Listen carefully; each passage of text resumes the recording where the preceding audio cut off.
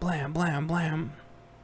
It doesn't matter, don't let them near you, the second-in-command of security yelled back as he covered his men. More sickos came through the bushes, coming straight for the team. The drones each took a target that was still walking and sprayed them with red film. It was a defensive spray that was part pain mixture, part nerve agent, part identifier, and part antidote to the dog virus. That was Malaze's idea, to basically pack everything into it since they had no idea what they'd run into. The people would get sprayed, flail at the drones for a second, the drones would back up, and within seconds the people would be debilitated. Nines tried to get back into the command vehicle to make Drone Girl had the security she was supposed to be providing when a druggie got too close.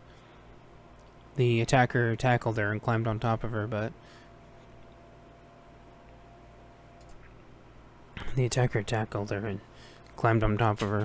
pulled up sleeves revealing several hypodermic needles ranging in size from small to cartoonishly large. Swing after swing, the sicko failed haphazardly at Nines as she lay pinned, but the needles so far had missed by either luck or impaired motor skills.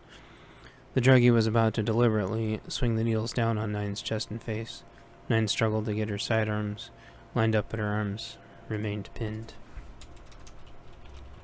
In a split second, Spaz burst out of nowhere, nearing the commotion, and let out the most awful and horrifying scream. The dog grabbed the druggie's arm, and with a twist threw the drugged and sick person off of Nines.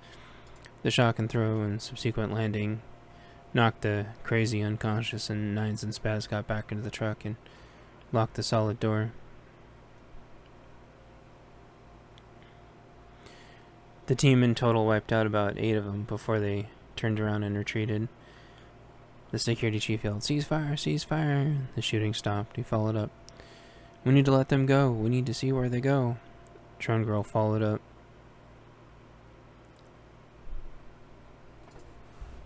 Through the PA. The druggies had all been splattered with red dye and can be seen by the drones. We'll wait for the QRT and monitor from a safe distance. One of the security officers calmed. "What do we do with these?" He kicked at one of the bodies, timidly wondering if it was actually dead. The security chief mused, "Well, we sure don't take prisoners." The people, who looked like a cross between people who escaped a mental institution or they escaped a prison, or they were meth heads, or they'd been indoctrinated into a cult, or all above, they didn't seem to feel pain at all, and several were still trying to crawl at the security team and swipe them with their sleeves. So this is how they've been wiping out the towns. Sneak up on them innocently and start injecting them with whatever this crap is. Several had stopped moving, but most were still crawling towards the team. Bullets in their heads until they stopped moving, not messing around with this crap, except the unconscious one. Maybe they'll tell us something when they wake up. He said that there was no way to even restrain them without getting hit by the needles. He'd been using his baton to move their arms around, but they had needles poking out so many places. The body started to convulse and swing. He'd need a full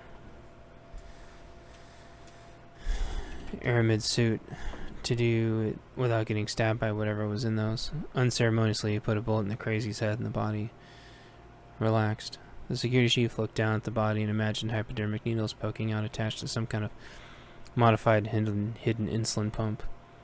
When the needles hit something, the pump would start going, injecting people with who knows what. If the people were compatible with the meds, they turned into these hugging zombie soldiers. If they weren't compatible, what? They ate them? They sure didn't look hung. With the final thought, the security chief fought back the urge to lose his food. He got on comms. "I'm no scientist, but I think we found our missing neighbors. Either these are them or these people ate them. Either way, nobody up on this hill that isn't our backup. Oh, and I need a casualty report now." "All fine in the command truck, over." Everyone else calmed in that they were fine. The security chief knew them all by name, and he was a professional and prior Marine. His second-in-command served with him, and they were inseparable. "Drone Girl, get an eye on the escapees. I want to know exactly who they go crying back to." "On it," she responded promptly and professionally. He continued to his second. "I want zigzag roadblocks that will stop a truck both ways up here. I don't want them ramming us. And I want us pointed in the right direction to get out if we have to." "On it," one of his close friends said. He grabbed 2 guys and sent 3 guys to the other side. The sound of chainsaws started up with trees coming down. Command truck, notify the QRT team of the roadblocks we set up and get an ETA. Nines responded, on it. Drone Girl continued following the people they'd let go. One fell after another. Whatever drugs they were pumped with to go into battle obviously wearing off, and the dog disease was taking its toll. The people stopped and appeared to start digging like idiots. Drone Girl realized this would make them nearly impossible to track, and they could spring back up and attack them easily. She tried to make mental notes of where they were, but had to keep following the ones that kept going. Eventually there was only one left that she was following. Drone Girl followed him with her drone for a while, able to stay high enough so it couldn't hear. She could still see it due to the mixture Malaise had made for the drones. Drone Girl's mind started wandering as the mission started to feel routine again. She thought that they were very nearly sent. She thought that they very...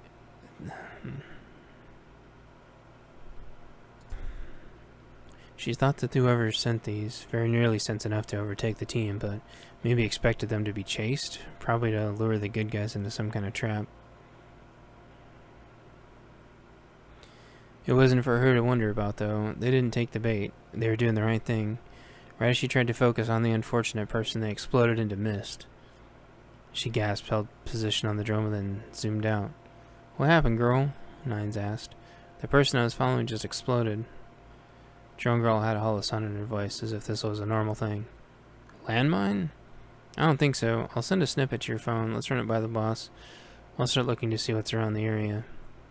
Drone Girl sent a video clip to Nine's phone, who went out to the security chief to get his expert advice. Taking control of the drone again, Drone Girl panned out and started seeing what was around. It didn't take her long to find a heavily fortified subdivision with a concrete wall. No doubt some kind of housing development for the doctors pre-collapse to make them feel safer. Of course, those iron gates were never actually closed. Security never been armed, and they were on very cheap contracts. She saw a huge pile of clothes, an impossible mountain of clothes. From her angle, it looked as tall as the houses. Doctors' trophy wives weren't exactly going to defend the place. The RNs and doctors probably tried to stupidly stay in an undefended hospital. Their houses probably loaded with drugs.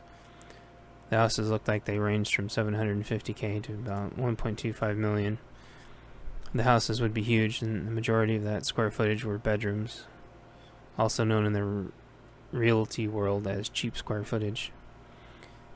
There'd be enough for 200, maybe 400 tweakers, easily a small army. It looked well fortified on the top of the already 8-foot high, foot-thick cinder block reinforced walls. The iron bars were closed and the bollards were up. There appeared to be a courtyard with a bunch of people worshipping or dancing or sacrificing or some combination of those. Drone Girl made sure her drone was still recording and got as much footage as she could. Her surveillance hadn't gone unnoticed, though, and her drone reported it was being peppered by something. She took it higher, stretching the limits of her range, even with the powerful antenna she had for drone control. Drone Girl had remembered shotgun lessons, where outside of 100 yards, birdshot was relatively silly. They could still gum up her rotors, though, or they could switch to buckshot or a heavier round if any of them were good aim considering the drug situation. She took the drone higher and higher until the peppering stopped, then hit the program for a hasty return. The drone still had enough power left, as it had only been sitting in hover mode and was well built.